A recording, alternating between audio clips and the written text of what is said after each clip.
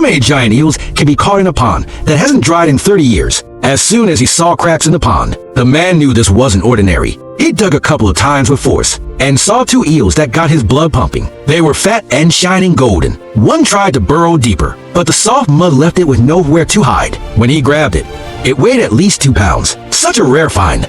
There was another very sly one. Every time the man lifted the mud, he could only see a small part of its tail. The pond hasn't dried for 30 years, and the fertile mud has helped them grow. This big one must have been growing for 10 years. The man kept digging, getting more excited. Suddenly, he saw another tail. There were actually 3 in this nest. This was a real jackpot. When he grabbed the second one, it was unbelievable. Another giant eel.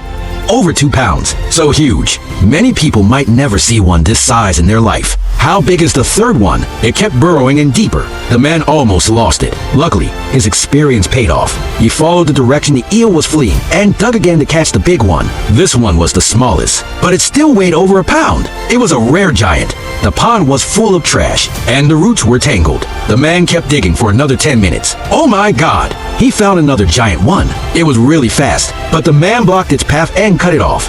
It was even bigger. No end to the size here. It was terrifying. It weighed a full 3 pounds. It completely shattered his expectations. Are there any more big ones? The man continued digging along the soft mud. Suddenly, his eyes lit up again. It was so huge, it made his heart race. In total, he caught 5 giant eels from the small pond. The man was about to head home, but he couldn't ignore the potential in front of him.